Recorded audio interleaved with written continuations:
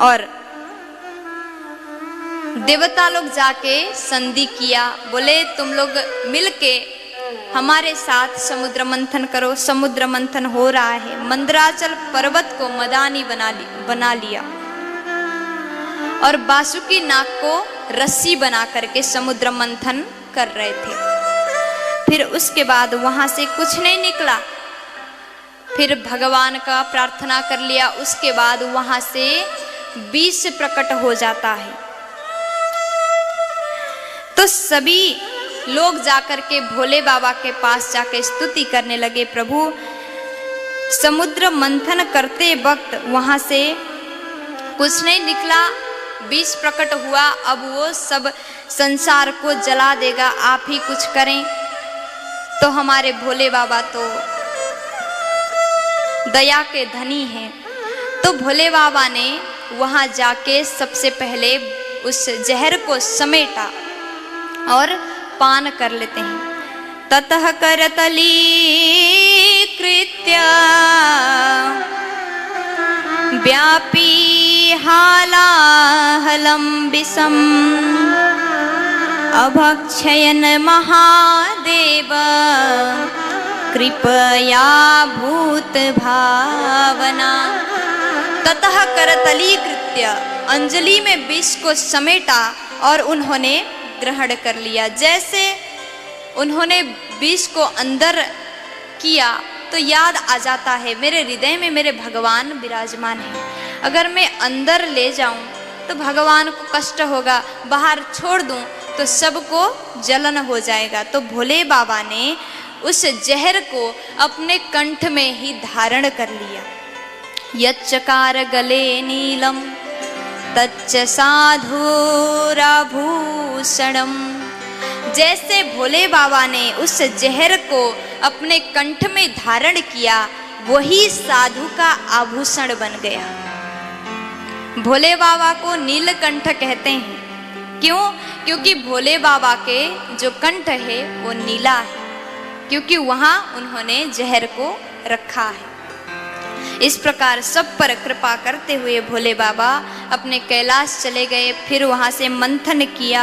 फिर मंथन करते करते कामधेनु गाय प्रकट हो गई, ब्राह्मणों को दे दिया गया।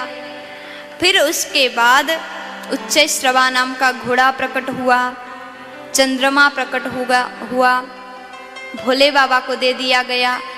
फिर उसके बाद ऐरावत हाथी प्रकट हुआ, बारूड़ी मदिरा प्रकट हुआ, दैत्यों ने पान कर लिया।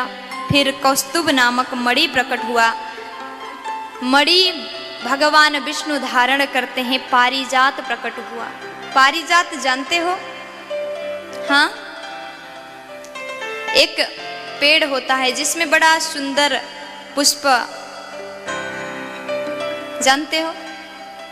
हाँ, वही पेड़ प्रकट हुआ। तो सबने कहा ये तो स्वर्ग में होना चाहिए, स्वर्ग में भेज दिया गया। फिर नाचते नाचते स्वर्ग के अप्सराएं प्रकट हुई, समुद्र से प्रकट हुई। तो सबको बोल दिया तुम लोग स्वर्ग में जाके नाचो। तो सब लोग स्वर्ग में चले गए।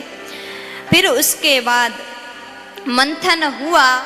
फिर वहां से ततश्चा विरभू साक्षात् श्री रमा भगवत परा रंजयन्ती दिशा कांत्या विद्युत सौदामनी यथा। ततश्चा आविर्भूत साक्षात श्री रमा भगवती लक्ष्मी जी का प्राकट्य हो जाता है। बोलिए लक्ष्मी मैया की।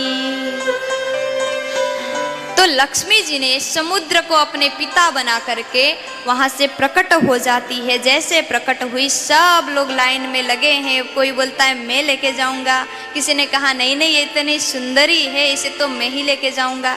अब भोले बाबा भी लाइन में लगे, अपना भी नंबर तो आएगा, अपना नंबर आएगा, प्यार से बोलो। और सब लोग खड़े हैं। फिर वहां पर ऋषि मुनि भी खड़े थे, हिरण्यकश्यप खड़ा था। लक्ष्मी माता के हाथ में किसी ने माला दे दिया। देवी जिसको माला पहनाएगी उसी के पास चली जाएंगी। तो लक्ष्मी जी माला लेके सबके आगे से चल रही हैं। सबको मना कर दिया, सबको रिजेक्ट करके लक्ष्मी जी थोड़ा दूर खड़े भगवान नारायण, सबको चाहिए था लक्ष्मी मेरे पास आ जाए, मेरे पास आ जाए। लेकिन लक्ष्मी माता ने सोचा मैं जिसको चाहती हूँ वो तो यहाँ आया नहीं, फिर भी कोई बात नहीं, मैं इस आदत को भी स्वीकार कर लेती हूँ। जाके पीछे से भगवान नारायण के गले में वो माला डाल दिया। बोलिए लक्ष्मी नारायण भगवान की। अब लक्ष्मी नारायण भगवान वहाँ से बैकुंठ चले